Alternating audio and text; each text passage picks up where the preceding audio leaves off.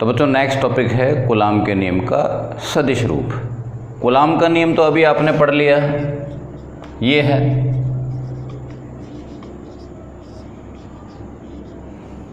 तो आप सोचोगे अब इसमें नया क्या है, तो चूंकि बल एक सदिश राशि है इसलिए इसको आप सदिश रूप में व्यक्त करोगे, ठीक है। अभी ये अपने अदिश रूप में है, यानी अभी ये अपने परिमाण रूप में है और आपको इसको सदिश रूप में कन्वर्ट करना है। तो एक तो सबसे पहले एक छोटी सी बात सुनो जो कि 11th के सदिश में पढ़ी अपन ने। वो क्या? इकाई सदिश का सूत्र है सदिश बटा परिमाण। ये इकाई सदिश का प्रतीक है, चिन्ह है, ऊपर सदिश का चिन्ह है और नीचे परिमाण। इकाई सदिश की परिभाषा है इस, और इसको वज्रगुणा किया तो आपने पाया ये, यानी कि सदिश बराबर परिमाण गुणा इकाई सदिश। ये वाली जो लाइन है ये आपको ये बता रही है कि सदिश क्या काम आता है, इकाई सदिश इकाई सदिश क्या काम आता है। इकाई सदिश क्या काम आता है? किसी भी चीज़ का आपके पास परिमाण पता है, जैसे कि अभी आपके पास में कूलाम के नियम का जो सूत्र है वो बल का परिमाण है आपके पास। किसी भी परिमाण में यदि आप इकाई सदिश गुणा कर दो तो वो राशि जो है वो सदिश बन जाती है। ये इकाई सदिश काम आता है, ठीक है। यहाँ भी ये करेंगे इस परिमाण में, ये जो है आपके पास परिमाण है, इस परिमाण में इकाई सदिश गुणा कर दो, ठीक है।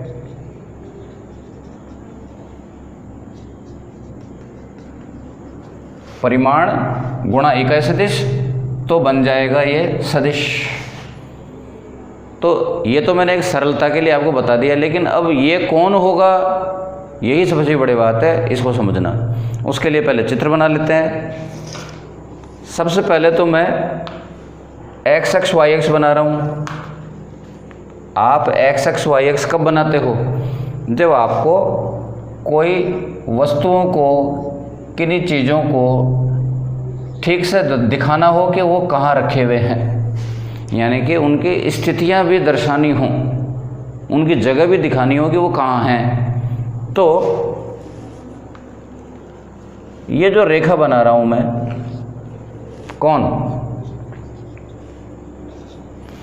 ये जो रेखा है OA, ये सदिश OA को आप दो नाम से पुकार सकते हो। एक तो मूल बिंदु से बिंदु A की दूरी, मूल बिंदु से Q1 आवेश की दूरी, लेकिन ये तो तुम्हारे मेरे बीच की बात है। दूरी का सदिश रूप कहलाता है स्थिति सदिश। दूरी को अपन लोग जब सदिश में व्यक्त करते हैं तो उसको बोलते हैं स्थिति सदिश। यानी कि R1 क्या है, इसको मैंने बोला R1, इसको मैं बोला R2। R1 क्या है? मूल बिंदु से बिंदु A की दूरी। लेकिन ये भाषा सही नहीं है। सही भाषा ये है कि R1 क्या है? मूल बिंदु के सापेक्ष बिंदु A का स्थिति सदिश है, और R2 है बिंदु B का सदिश, स्थिति सदिश है। इसमें मूल बिंदु के सापेक्ष बोलने की ज़रूरत नहीं है। यदि कुछ भी नहीं बोला जाए तो निश्चित है कि वो मूल बिंदु के सापेक्ष ही है। R1 बिंदु A का स्थिति सदिश है, R2 बिंदु B का स्थिति सदिश है,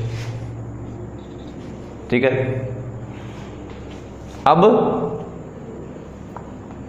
एक रेखा मैंने ये बनाई, ठीक है। तो आप कहोगे ये रेखा क्या है? यदि अपन लोग इस सूत्र को देखें कूलाम के नियम में तो आप कहोगे R1 ये Q1 Q2 के बीच की दूरी है, ये वाली रेखा की लंबाई Q1 Q2 के बीच की दूरी है। लेकिन अभी अपन लोग सदिश की बातें कर रहे हैं, इसलिए अपने को इसमें भी तीर लगाना पड़ेगा। आपको इसमें भी तीर लगाना पड़ेगा। और इस तीर को आप क्या नाम रखोगे? इस सूत्र में तो मैं इसको R बोल रहा हूँ, ठीक है। सदिश के रूप में व्यक्त करना है तो इस पर तीर भी लगा दिया, लेकिन ऐसा काम नहीं चलेगा। फिर मेरी इच्छा होगी कि फिर अब इसको क्या बोलोगे? तो जब दो दो हो गए तो आप ये कह सकते हो कि यार यहाँ से वहाँ की दूरी ए से बी की और ये बी के ए से दूरी तो बराबर है, ठीक है, लेकिन इनकी दिशाएं तो विपरीत है, इसलिए नाम अलग अलग रखना पड़ेगा। तो मैं क्या करता हूँ, इसको बोलता हूँ R21, Q1 से Q2 की तरफ जाते हुए सदिश को मैंने बोल दिया R21 और इसको बोला R12। ठीक है, आपको लगता है कि R21 ही क्यों बोला, R12 क्यों नहीं बोला, ऐसा क्यों बोला, ये सब किताब के अनुसार है। आप चाहो तो अपनी मनमर्जी से कुछ और भी रख सकते हो, पर आपको ये क्लियर होना चाहिए कि R21 कौन है, Q1 से Q2 की तरफ जाता हुआ सदिश है, और R12 कौन है, Q2 से Q1 की तरफ जाता हुआ सदिश है। ये दोनों सदिश हैं, इनके परिमाण बराबर हैं, यानी कि दूरियां तो बराबर है, ए से बी की दूरी, बी से ए की दूरी, दूरी का मतलब परिमाण तो बराबर है, लेकिन दिशाएं विपरीत हैं। तो यहाँ पे अपने को हर कदम पर दिशा का ध्यान रख रहे हैं, बस यही इस टॉपिक का उद्देश्य है। आगे बढ़ते हैं। माना ये दोनों धनात्मक है। सामान्यतः अपन लोग आवेशों को या किसी भी चीज़ को सामान्यतः धनात्मक ही माना करते हैं, और जब ऋणात्मक हो तो उसकी विशेष अवस्था अलग हो जाएगी। फिलहाल तो माना ये धनात्मक है, तो इस दोनों के बीच में बल जो लगेगा वो होगा प्रतिकर्षण। इस बल का नाम मैं कह रहा हूँ F21, इस बल का मैंने नाम रखा F12। ठीक है, इसको थोड़ा शिफ्ट कर लो।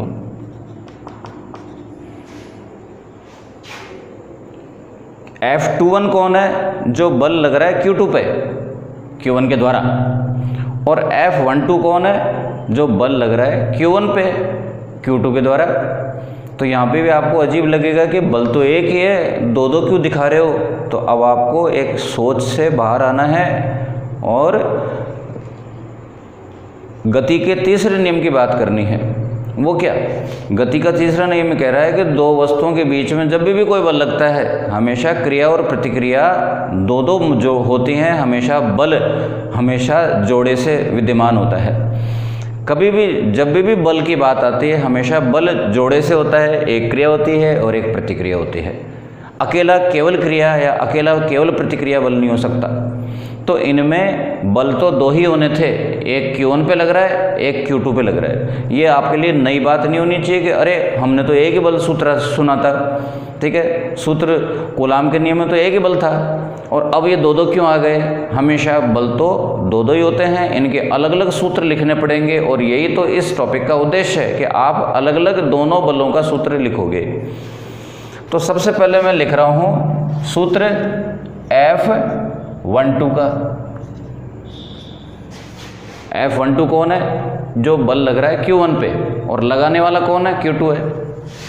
तो सूत्र के अंदर यहाँ तक तो आपको लग रहा है कि कुछ भी नयापन नहीं है, सेम टू सेम लिख दिया मैंने। तो नयापन परिमाण में तो आएगा ही नहीं। मैंने कब कहा कि परिमाण का सूत्र को नया हो जाएगा, कूलाम का नियम है वो तो वही रहेगा। एक नई चीज आएगी यहाँ पे, कौन, इकाई सदिश।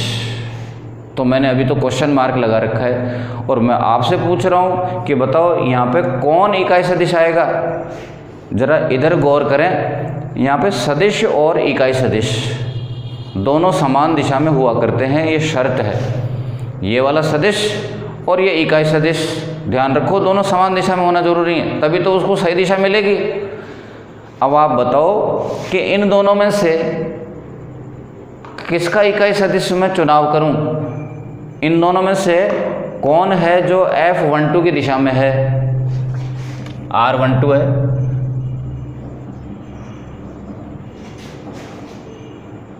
यहाँ पे इकाई सदिश में आपने R12 को ही क्यों चुना, क्योंकि R12 और F12 समान दिशा में हैं। मेरे को यहाँ पे F12 के समान दिशा में कोई ना कोई इकाई सदिश लगाना था, ये बात है। तो आपको सही इकाई सदिश चुनाव करो, यही सबसे बड़ी बात है। मुझे लगता है इस टॉपिक के अंदर ध्यान देने वाली सबसे बड़ी बात है कि R12 यहाँ पे जो इकाई सदिश का चुनाव किया आपने, इस सूत्र के लिए सही चुनाव किया, यही सबसे बड़ी बात है। उसके बाद में तो बहुत सारी चीज़ें ऐसी हैं जो 11th के सदिश वाले चैप्टर में से त्रिभुज का नियम है, वो छोटी मोटी बातें हैं। अब एक और चीज़ कि जब आपने यहाँ पे R12 को लिया तो यहाँ भी R12 को ही लोगे।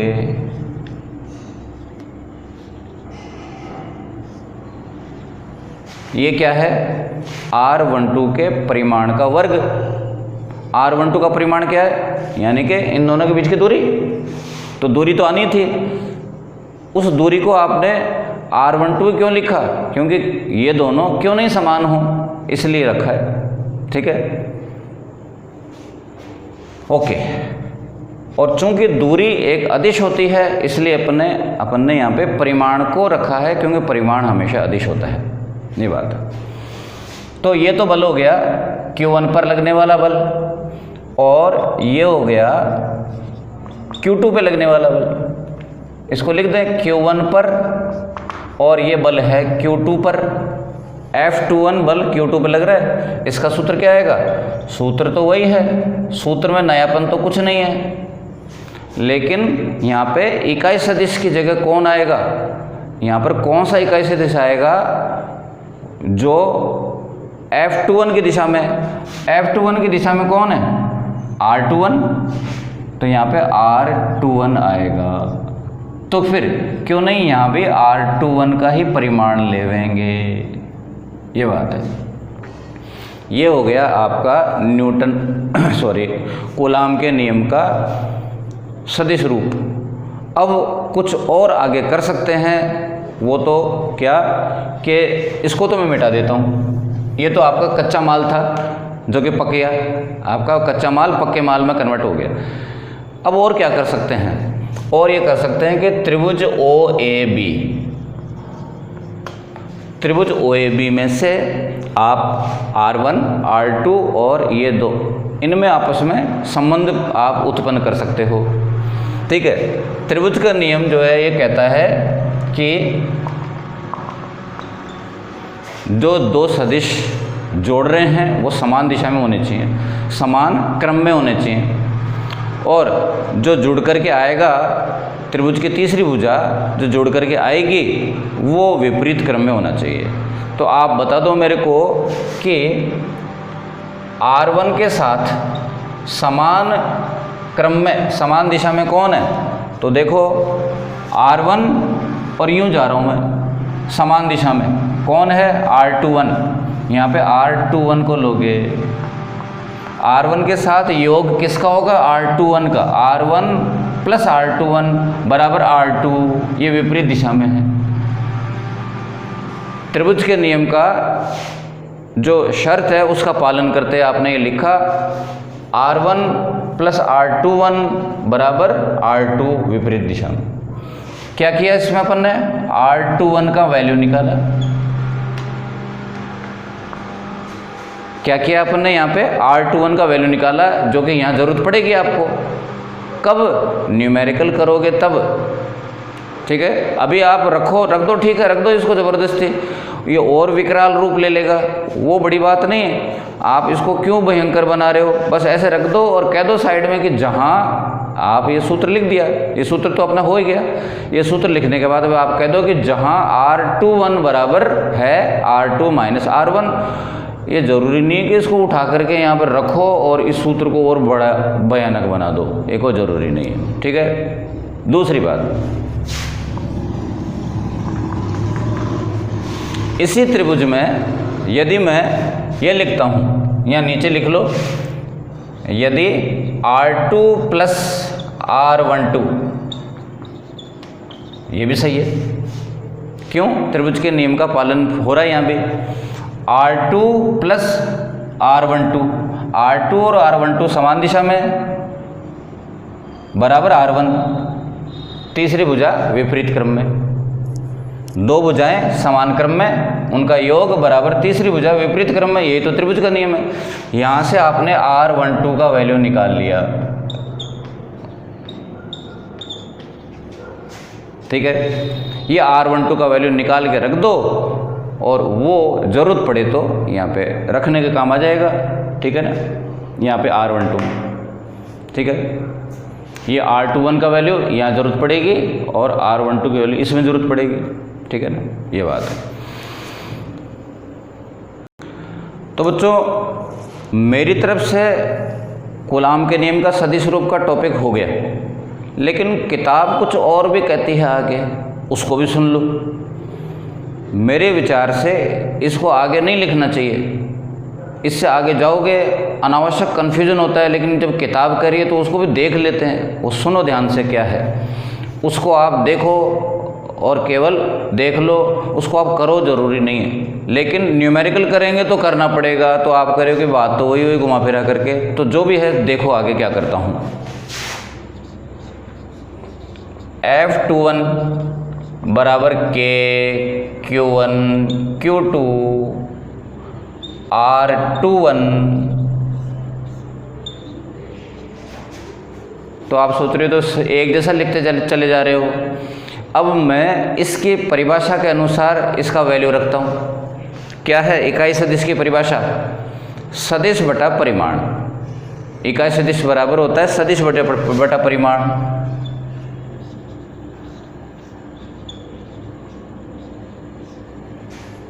सदिश बटा परिमाण। अब ये नीचे नीचे वाले मिलकर के क्या बन गए? क्यूब बन गए। तो मैं इसको यहीं पे सलटा रहा हूँ, इसको हटा के मैंने और क्यूब कर दिया। मैं इसलिए इसको देखने के लिए मना करता हूँ या लिखने के लिए कि इसमें थोड़ा सा गलत संदेश मिल रहा है कि बल दूरी के क्यूब के समानुपाती, ऐसा लग रहा है नहीं। ये दोनों को कैंसिल करोगे तो R² बचेगा, ये दोनों कैंसिल होकर के एक R² बच जाएगा। कूलाम का नियम चेंज नहीं कर रहा, लेकिन यहाँ लग रहा है ऐसा क्यूब देख करके, अटपटा सा लगता है क्यूब देख करके। क्या कि यार कूलाम के नियम में तो पढ़ाया था R² आता है बटा में, और यहाँ तो क्यूब आ रहा है, अटपटा सा लगता है। इसलिए मना करता हूँ मैं। फिर भी न्यूमेरिकल सॉल्व करने के लिए बच्चों इसको आपको लिखना ही पड़ता है। क्यों? क्योंकि न्यूमेरिकल के अंदर आपको ये दिया हुआ होता है, सदिश का वैल्यू दिया हुआ होता है, आप निकालते हो। इकाई सदिश कभी भी न्यूमेरिकल में दिया हुआ नहीं होता है, ठीक है। इकाई सदिश को पता करने के लिए आपको यही काम करना पड़ेगा। इकाई सदिश बराबर सदिश बटा परिमाण लिखना ही पड़ेगा यदि आप न्यूमेरिकल करते हो तो। लेकिन केवल न्यूमेरिकल को छोड़ो, केवल दिखाना है, तब तो सूत्र को यहीं तक लिखो और रोक दो। उसके बाद में यह मत लिखो, और लिखते हो तो भी कोई दिक्कत नहीं है, ये भी सही, ये भी सही। दिक्कत क्या है मेरे को? यहाँ पे स्क्वायर आ रहा है, आपको अच्छा लग रहा है, कूलाम के नियम में स्क्वायर कहते हैं। यहाँ पर क्यूब आ रहा है तो आपको गलत संदेश जा रहा है कि ऐसा लग रहा है कि बल दूरी के घनमूल के व्युत्क्रमानुपाती है, ऐसा दिख रहा है, लेकिन सच्ची में ऐसा है नहीं। ये दोनों कैंसिल होकर के और आएगा तो स्क्वायर ही। ये सूत्र आपको दिखाने के लिए है, ये सूत्र न्यूमेरिकल में ही काम आएगा। अब आप चाहो कि मैं इसको और भयानक बना दूं तो ये R21 का वैल्यू यहाँ ला के रख दो, ठीक है। इसको यूं का यूं ही केवल यहाँ पे रखना पड़ेगा। R21 का वैल्यू यहाँ ला करके रख दो, यहाँ पे, तो ये और बड़ा सारा बन जाएगा। रखूँ मैं दिखाऊँ? देखो F21 बराबर K Q1 Q2 बटा R21 का मान R2 minus R1 bracket R2 minus R1,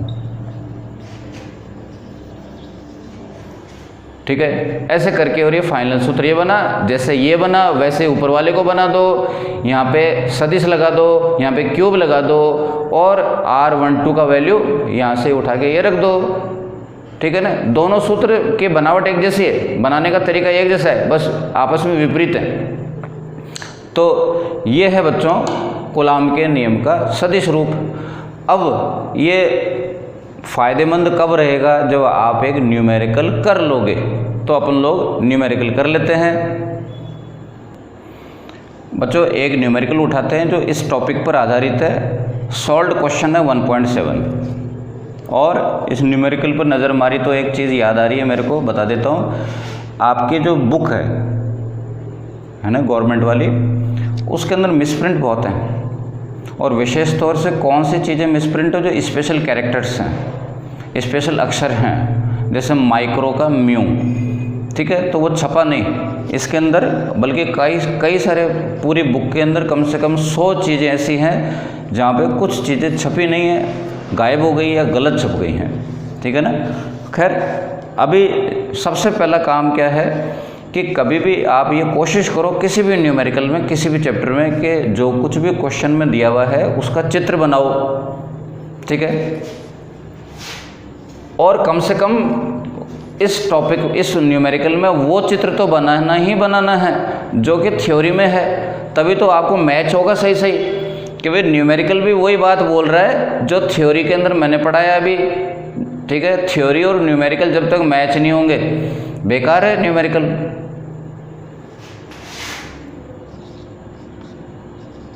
Q1 बराबर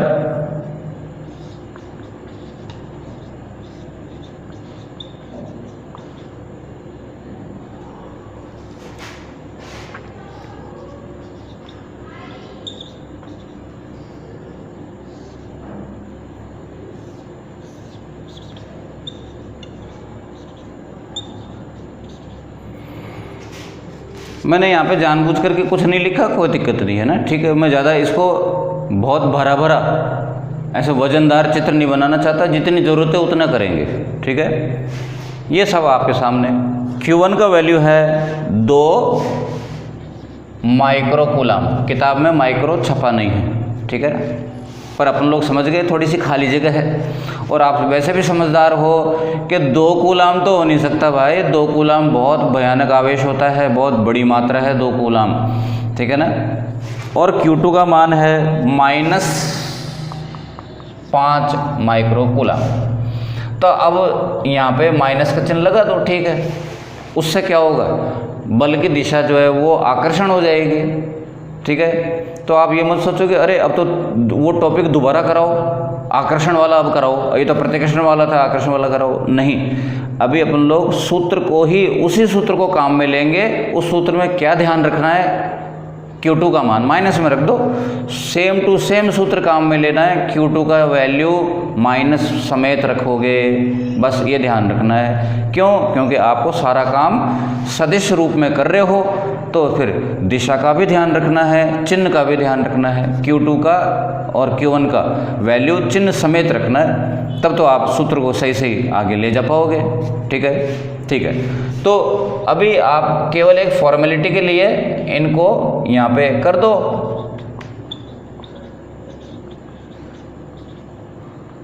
और अपने न तो इससे ऐसा कर देने से न अपने सूत्र पे कोई फर्क पड़ेगा, सूत्र पे कोई फर्क नहीं पड़ेगा। वैल्यू रखते टाइम Q2 का वैल्यू माइनस में रख देना, इतना सा ध्यान रखना है। सूत्र सेम टू सेम। आप सूत्र ही बदल दोगे तो फिर थ्योरी में काहे को पढ़ा था अपन ने, आई बात समझ में। ऐसा किताब, मैं इसलिए बोल रहा हूँ कि ऐसा किताब वाले ने कर दिया क्या, सूत्र को बदल डाला, थ्योरी में कोई और सूत्र लिखाया, न्यूमेरिकल में कोई और सूत्र काम में ले रहा है, ये गलत बात है, ठीक है ना। अपन लोग सूत्र सेम रखेंगे और आंसर बिल्कुल सही से निकालेंगे। ध्यान से देखें, आपको यहाँ पे R1 आपको क्या चाहिए, आपको पहले एक बार सूत्र लिख लेते हैं। F12 का सूत्र क्या पढ़ा आपने, के Q1 Q2 R12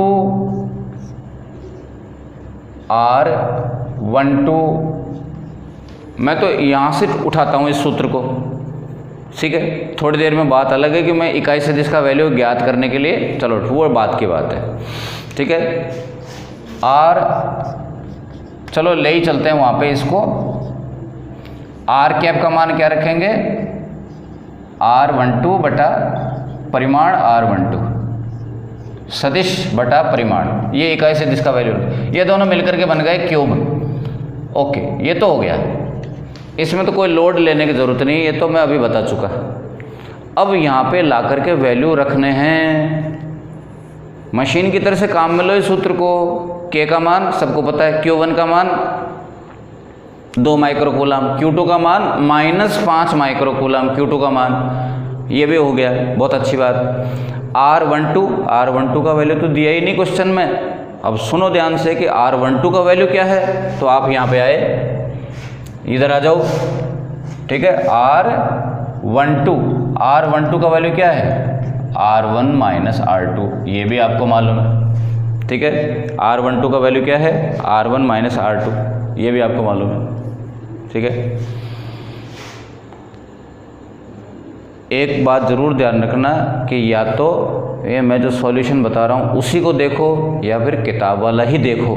दोनों को देख करके कन्फ्यूजन होगा तो मैं उस कन्फ्यूजन को भी ख़त्म कर दूंगा, उसका कारण भी बता दूंगा। फिलहाल तो मैं ये कह रहा हूँ कि जो सूत्र मैंने थ्योरी में पढ़ा, जो किताब में थ्योरी में लिखा हुआ है, उस सूत्र को मैं काम में लूँगा, इस बात पे डटा हुआ हूँ मैं। ठीक है।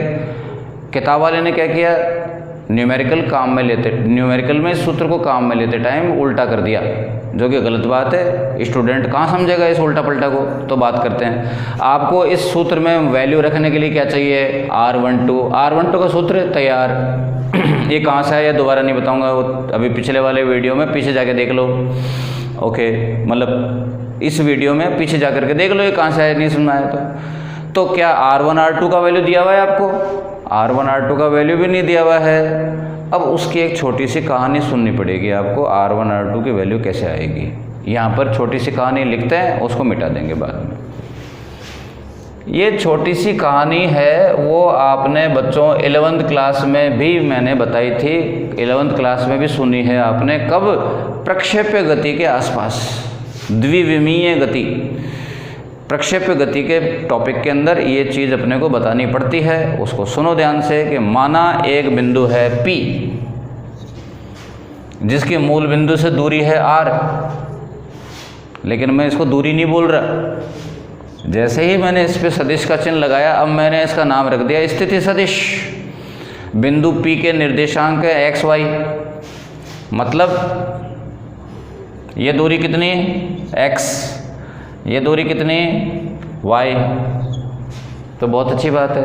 लेकिन मेरे को दूरी से बात ही नहीं करनी, दूरी का शब्द मेरे को यूज़ ही नहीं करना, मेरे को तो सदिश चाहिए। ये दूरी कितनी है x, लेकिन मेरे को दूरी से मतलब नहीं है, सदिश बताओ कितना है। तो आप कहोगे जी ये तो परिमाण है, परिमाण को सदिश में कन्वर्ट कर दो। परिमाण को सदिश में कैसे कन्वर्ट करते हैं, इकाई सदिश चिपका करके, इकाई सदिश चिपका दो। ये लो, इस दिशा का इकाई सदिश i कैप होता है, इस दिशा का इकाई सदिश j कैप होता है। जैसा दिशा वैसा इकाई सदिश चिपका करके परिमाण और गुणा इकाई सदिश क्या बन गया, सदिश। y कौन है, परिमाण, j कैप कौन है, इकाई सदिश, बन गया क्या, एक सदिश। और तीर का निशान और लगा दो। अब बताओ आपको यहाँ पे समांतर चतुर्भुज नजर आ रहा है क्या, बिल्कुल नजर आ रहा है। ये मत कहना कि ये तो आयत है, आयत भी समांतर चतुर्भुज ही होता है बच्चों, उसी परिवार का सदस्य। तो सुनो, समांतर चतुर्भुज का नियम बड़े आराम से समझ में आ गया आपको। विकर्ण बराबर दो आसन्न भुजाएं, विकर्ण बराबर दो आसन्न भुजाओं का योग, ये समांतर चतुर्भुज है। समांतर चतुर्भुज का नियम लागू रहा। यहाँ पे मैं एक चीज़ बता रहा हूँ कि आप किसी भी बिंदु का इकाई सदिश कैसे पता कर सकते हो, यदि उसके निर्देशांक पता हो तो। यदि किसी बिंदु के निर्देशांक दिए हुए हैं तो उसका इकाई सदिश पता कर लो, हो गया काम आपका। R1 बताओ कितना है, इसका निर्देशांक कितना है, 2 1। इसका निर्देशांक कितना है, -2 4। ठीक है, तो R1 कितना आ जाएगा, x कितना है, 2 i कैप, j कितना, सॉरी y कितना है, 1 आ गया। ये R1 का मान आ गया। इस सूत्र को मैंने काम में ले लिया R1 और R2 का मान बनाने में। -2i cap +4 j cap. R1 R2 तैयार हो गए। R1 R2 क्वेश्चन में दिए हुए नहीं थे, आपने बना लिए, निर्देशांकों को R1 R2 में कन्वर्ट कर लिया। तो ये बात आपको बिल्कुल अपने साथ रखो, ये कोई इस चैप्टर का मसला नहीं है, ये सीधा चौथे चैप्टर का है, जो भी था 3rd चैप्टर था। ठीक है, अभी सिलेबस चेंज हो गया इसलिए मेरी भाषा बदल गई। तो 11वीं क्लास का जो द्विविमीय गति वाला चैप्टर था, आपने ये उस जगह पर पहली बार सुना था। और ये आपको हमेशा ज़िंदगी भर याद रखना है कि जब भी निर्देशांक दिए हुए हों उसको स्थिति सदिश के साथ ऐसे कन्वर्ट करते हैं। स्थिति सदिश और निर्देशांकों में ये रिश्ता होता है, ये लाइन को बिल्कुल गोट जाओ। और आपको ये तो वैसे भी पढ़नी है गणित के अंदर, त्रिविम निर्देशांक ज्यामिति। त्रिविम निर्देशांक ज्यामिति का तो बच्चों ये बीज है, बीज। आगे बढ़ते हैं, R1 R2 आ गया। अब आप यहाँ पे वैल्यू रखो 2i cap plus j cap minus 2i cap plus 4j cap बराबर क्या आया, 2 और 2 4 i cap minus 3 j cap. ये क्या आ गया, R12 का वैल्यू आ गया। ये R12 का वैल्यू आ गया बच्चों, ठीक है। R1 R2 के वैल्यू रख दिए, घटा जोड़ किया और R12 का वैल्यू आ गया। अब वो माल उठा करके इस मशीन में डाल दो। उससे पहले मैं जगह साफ कर लेता हूँ। ये लो जी। और ये टेंशन मत लेना कि सर आपने तो मिटा दिया, वीडियो को दोबारा खींच करके देख लो कहाँ मिटा दिया ना। मिटा तो मेरे लिए है, तुम्हारे लिए थोड़ी मिटा। तो इसके परिमाण की जरूरत पड़ेगी, इधर वहीं तैयार कर लो, कच्चा माल सारा वहीं तैयार कर लो। R12 का परिमाण बराबर, परिमाण का सूत्र क्या होता है बच्चों, 4 स्क्वायर माइनस 3 स्क्वायर। परिमाण का सूत्र 4 का स्क्वायर प्लस माइनस 3 का स्क्वायर, कितना आया, 5 आ गया। K का मान बोलो, यह आ गया। Q1 का मान 2 माइक्रो, माइक्रो का मतलब 10 के घात माइनस 6। Q2 का मान माइनस 5 माइक्रो। R12 का परिमाण कितना है, 5 की पावर कितनी है, 3। और थोड़ा सा जगह बनाने के लिए R12 का वैल्यू कितना है, 4 i cap minus 3 j cap. इन सबको गुणा करो अपने आप। बस एक काम करना, ये जो माइनस का चिन्ह है इस कोष्टक को दे दो तो ये पलटी मार जाएंगे। और dot dot dot dot dot minus का चिन्ह इसको दे दो, minus 4 i cap minus 3 j cap. ये क्या आ गया, F12, ठीक है। आप ये कहोगे कि पूछा तो था F21, same to same F21 आ जाएगा, उसके अंदर ये विपरीत दिशा में आएगा F21 का, ठीक है। आप ये टेंशन मत लेना कि F21 पूछा था और आपने F12 निकाल लिया, ठीक है ना। सेम टू सेम सूत्र आएगा, F21 निकालो, F21 बराबर ये सारा का सारा सेम सूत्र लिख लो पहले, K Q1 Q2 upon R21 की पावर 3 R21 सदिश। ये सारा का सारा सेम, 9 गुणा 10 की घात 9। Q1 का मान कितना है, 2 माइक्रो माइनस 5 माइक्रो बटा 5 का क्यूब। और ये क्या आएगा, R21 का मान सेम टू सेम इसके जैसा, ठीक है। R21 में क्या आएगा, R2 माइनस R1 आएगा, सारा का सारा। R21 का मान क्या आएगा, R2 माइनस R1, ये इधर और वो उधर, minus 2 plus 4j।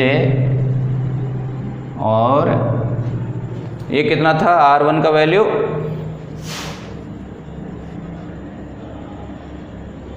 2i plus j।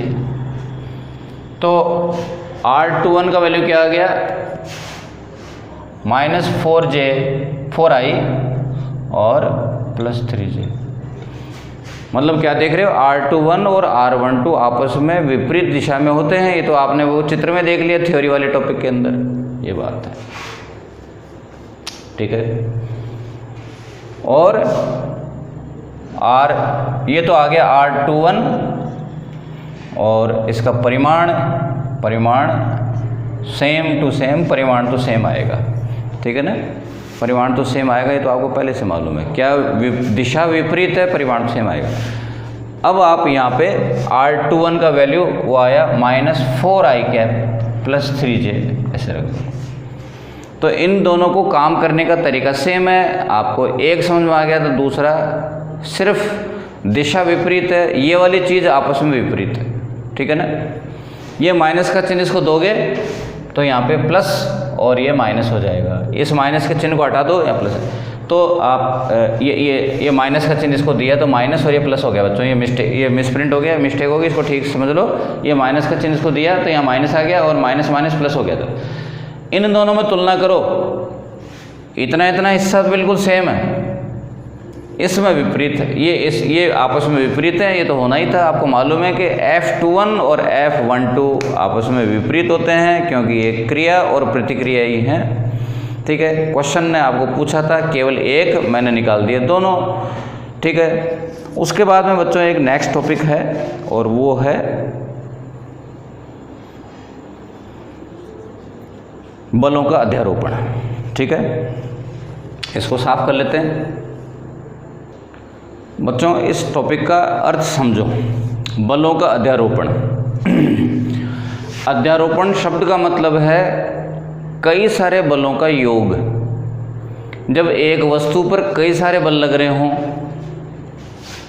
ठीक है, एक वस्तु है उसके ऊपर F1, F2, F3 कई सारे बल लग रहे हैं, इन सब बलों का सदिश, इन सब बलों का योग करते हैं तो निश्चित रूप से वो योग सदिश योग होगा, सदिश के नियमों के तहत होगा।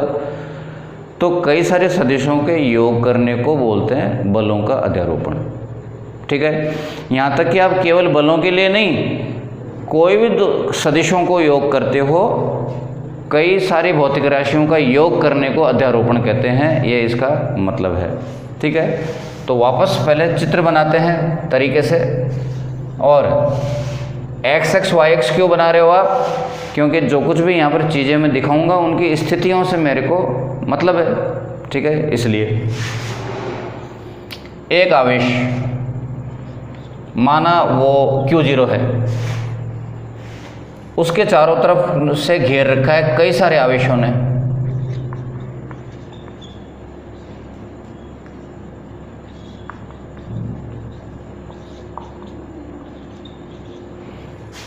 चारों तरफ कितने आवेश हैं? Q1, Q2, Q3, Q4, बहुत सारे हैं। तो बहुत सारों को सबको तो दिखा नहीं सकते। टोटल कितने आवेश हैं? n, ठीक है। n का मान कितना है? कुछ भी हो सकता है, 5, 7, 10, 20, 100, 200, 1000। ओके, ये क्या है? ये Q1 का इकाई सदिश। ये क्या है? ये है Q0 का इकाई सदिश। ये क्या है? Q2 का इकाई सदिश।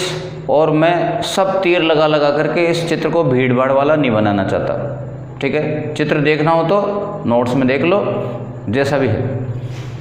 ये क्या है? Qn का इकाई सदिश, ठीक है। अब ज़्यादा लालच नहीं करेंगे एक बार के लिए। अच्छा, फिर अब क्या करेंगे? अब मैं इस अपना टारगेट क्या है, करना क्या है इस टॉपिक में? Q0 पर लगने वाले सभी बलों को दर्शाना है और उनका योग निकालना है। Q0 के ऊपर जो बल लग रहे हैं एक एक करके पहले चित्र में दर्शाओ। Q1 के द्वारा Q0 पर लगा बल, इसका नाम क्या रखूं? F01। आप पहले अक्षर किसका लिखोगे? जिस पर बल लग रहा है। दूसरा वाला अक्षर किसका आएगा? जिसने बल लगाया, जिसके द्वारा बल लग रहा है, ठीक है ना। ये जो किताब में दिया हुआ है उसके अनुसार अपन लोग ये परंपरा रख रहे हैं। Q2 के द्वारा Q0 पर बल F02, Q3 के द्वारा F03, Qn के द्वारा F0n, ऐसे करके, और Q0 के ऊपर कई सारे बल लग रहे हैं। कितने? n बल लग रहे हैं। अब इनको योग करेंगे, परिणामी क्या आएगा? F01 plus F02 plus F03 plus F0n। बस ये जो लाइन है इसी को कहेंगे बलों का अध्यारोपण। ज़्यादा टेंशन की ज़रूरत है ही नहीं इस टॉपिक के अंदर, थियोरेटिकल टॉपिक है, ये कोई काम में नहीं आएगा। ये जो सूत्र लिखने जा रहा हूँ मैं, ये सूत्र काम में नहीं आएगा। न्यूमेरिकल जब करने चलेंगे वहाँ पर कुछ और ही चीज़ काम आएगी, उसका न्यूमेरिकल भी बता दूंगा अभी मैं, इससे जस्ट बाद में वो देख लेना कि ये सूत्र कोई काम में नहीं आएगा उसके अंदर, ठीक है ना। खैर, फिलहाल तो एक फॉर्मेलिटी है कि इस सूत्र में इनके अब मान रखने हैं आपको। सबसे पहली बात तो मैं ये बता दूं कि बलों का अध्यारोपण का मतलब है बलों का योग करना। एक आवेश पर कई सारे बल लग रहे हैं, उन आवेशों को आप बलों उनको योग करके दिखा रहे हो, ये अध्यारोपण है, ठीक है। अभी अभी आपने एक टॉपिक किया कूलाम के नियम का सदिश निरूपण, उसके आधार पे आप बड़े आराम से इनको लिख रहे हो।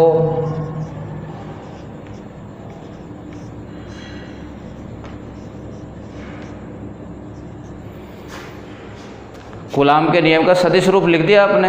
यहाँ पर क्या आया? स्क्वायर, और ये इकाई सदिश।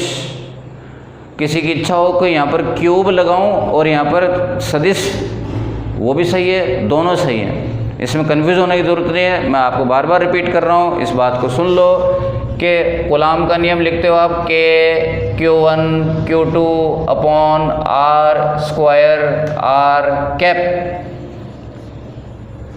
और या क्या लिखते हो? F बराबर K Q1 Q2 upon R square R cap. R cap का वैल्यू क्या? सदिश बटा परिमाण। ये दोनों को इकट्ठा करके क्यूब बना दो तो ये आ गया, दोनों एक ही बात हैं, ठीक है। ये भी सही है, और यहाँ क्यूब लगा रहे हो और यहाँ पे सदिश का तीर लगा रहे हो, दोनों सही है। फिलहाल तो मैं इसको रखता हूँ, ठीक है ना।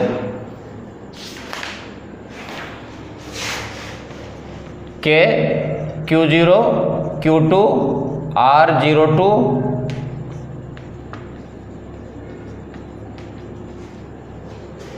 और आपको लग रहा है यार इतना लंबा लंबा लंबा लिखना पड़ रहा है, ऐसा इच्छा होती है कि आपके शॉर्टकट में ऐसे कुछ फटाफट से लिख दूं। इस पूरी लंबी जो ट्रेन जा रही है इसको आप शॉर्टकट में लिखना चाहते हो, कैसे? एक तो काम ये कर सकते हैं कि आप यहाँ से कुछ कॉमन ले लो, जो कॉमन आ रहा हो तो भाई ठीक है, कॉमन ले लिया। मैं इधर ला के लिख देता हूँ बच्चों। एक तो जो कुछ कॉमन आ रहा है कॉमन ले लिया, K Q0 कॉमन आ रहा है, K और Q0 सब में से आ गया। उसके बाद में फिर भी कुछ रहेगा, यहाँ पे कॉमन ले लिया, K Q0 K Q0 निकाल लो, कॉमन आ गया। बाकी तो कुछ कॉमन ले नहीं सकते, लेकिन इनको भी मैं शॉर्टकट में लिखना चाहता हूँ, ठीक है।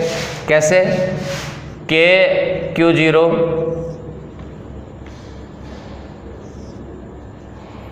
और क्या लिखोगे इस पूरे को? Summation Q upon QI R0I। ये I क्या है? I का मान 1 2 3 4 5 से n तक जाएगा, और उस बात को यहाँ पे लिख दो आप, I बराबर 1 से लेके I बराबर n तक। इसका मतलब है I का मान 1 से चालू करो और 2 3 4 होते हुए n तक जाओ, ठीक है। इस पूरी लंबी लाइन को शॉर्ट में लिखने का तरीका है ये, ठीक है। जहाँ पे आप I का मतलब है I का मान 1 से लेके और n तक चलेगा, और जो कॉमन आ रहे हैं वो बाहर बैठे हुए हैं। ये आपका, ठीक है, अध्यारोपण का सिद्धांत। अब आपसे वादा किया अभी अपन ने कि एक न्यूमेरिकल कराऊंगा सदिशों के अध्यारोपण के सिद्धांत पर आधारित, ठीक है, जिसमें मैंने कहा था कि ये सूत्र काम में नहीं आएगा, ठीक है। पहले इसको इरेज कर देते हैं। अब देखो बच्चों, क्वेश्चन नंबर 1.12 है सॉल्व्ड। इसके अंदर क्या दे रखा है कि 4 आवेश हैं और किसी एक आवेश पर बल ज्ञात करना है। माना कि ये आवेश है, इस पर बल ज्ञात करना है। इस पर कितने बल लग रहे हैं? बाकी 3 के कारण 3 बल लग रहे हैं, ठीक है। Q2 पर एक तो Q1 के कारण बल लग रहा है, एक Q3 के कारण और एक Q4 के कारण। ये तीनों बलों का योग करना है। कई सारे बलों का योग करने का मतलब है बलों का अध्यारोपण। तो अध्यारोपण का टॉपिक तो है, लेकिन उस टॉपिक में जो थ्योरी में जो सूत्र बताया हुआ था वो यहाँ पे काम में नहीं आएगा, वो आगे देख लेना आप। इस क्वेश्चन को सरल बनाने के लिए क्या किया, एक तो वर्ग ले लिया जिससे कि जो कैलकुलेशन हो वो आसान हो। दूसरा, प्रत्येक आवेश का वैल्यू समान समान लिया है, सिर्फ इस क्वेश्चन को सरल बनाने के लिए। सभी आवेश समान वैल्यू के हैं, लेकिन मैं ये सब वैल्यू रखते टाइम, सूत्र में वैल्यू रखते टाइम ध्यान रखूंगा। अभी मैंने इनके नाम अलग अलग रख रखे हैं क्योंकि मेरे को पुकारना है इनको नाम से, इसलिए। अब इसके ऊपर आप बलों के सदिश लगाओ, ठीक है।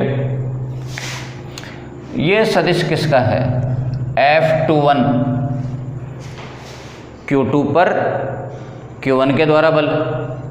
इन दोनों के बीच में बल कैसा होगा? प्रतिकर्षण होगा। सभी धनावेशित है। प्रतिकर्षण क्या करेगा? दूर भगाएगा इसको। Q1 Q2 को दूर भागने के लिए बोल रहे हैं, दूर जा, ऐसा करके। इसी तरह से Q2 पर Q3 के द्वारा बल F23 हो गया। और ये बल है F24 Q2 पर Q4 के द्वारा। Q2 पर 3 बल लग रहे हैं। अब इन तीनों का योग करना है, ठीक है। 3 को कैसे जोड़ते हैं? पहले 2 को जोड़ लो, इनमें से किन्हीं 2 को जोड़ लो, फिर उसमें तीसरा जोड़ देना। सबसे पहले किसको जोड़े? सबसे पहले मैंने इन दोनों को जोड़ा, F21 और F23 को मैंने जोड़ा। कौन सा नियम काम कर रहा है? समांतर चतुर्भुज का नियम। उनका परिणामी क्या आया? मैंने उसका नाम रख दिया F डैश। F21 और F23 का परिणामी F डैश, ठीक है। अब F डैश और F24 को जोड़ देंगे और आपका आंसर फाइनल आ जाएगा। लेकिन पहले इनका जो रेड वाले सदिश हैं, इनका पहले कच्चा माल तैयार कर लो, इनका मान तो निकालें। F21 बराबर के Q1 Q2 बटा दूरी का स्क्वायर, क्या आ रहा है? KQ square upon A square. F23 निकाला, ये भी सेम ही आएगा, निकाल के देख लो, सेम आएगा। F24 के Q1 Q2 बटा दूरी, Q2 Q4 के बीच की दूरी कितनी है? पाइथागोरस प्रमेय से निकाल लिया, √2a दूरी का स्क्वायर।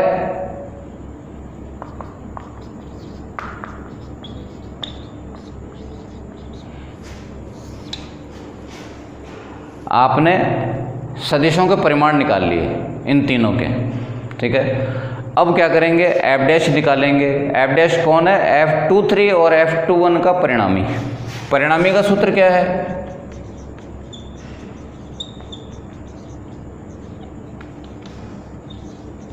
इसमें A और B की जगह पर कौन है बच्चों?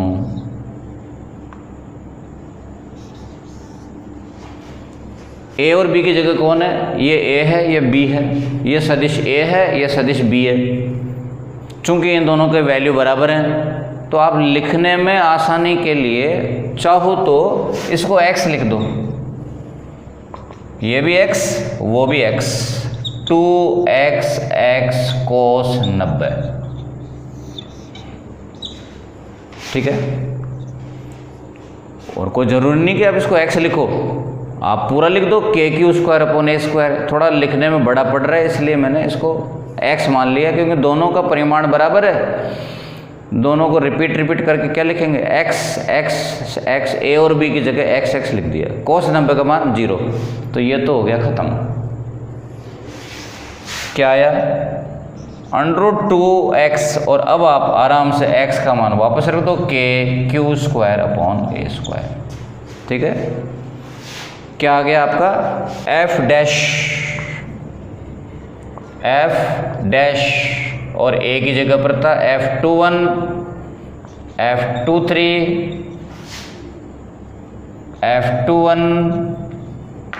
F23 cos 90। ठीक है, वो तो था 11th का सूत्र, और अभी वर्तमान के भाषा में तो हम लोग ये लिखेंगे, और फिर इनकी जगह x और cos 90 का मान 0 और करके आ गया। ये आपने f' निकाल लिया। अब क्या करोगे, सबका परिणामी f' और F24 को जोड़ दो। ये साधारण योग क्यों कर रहे हैं, क्योंकि ये दोनों समान दिशा में है, इसलिए इनका साधारण योग हो जाएगा। f' का मान कितना है, √2 KQ² / A²। F24 का वैल्यू कितना है, 1/2 KQ² / A²। और फिर अगली लाइन में आपका आंसर आ जाएगा। ठीक है बच्चों, तो उसके बाद नेक्स्ट टॉपिक अपन लोग लेंगे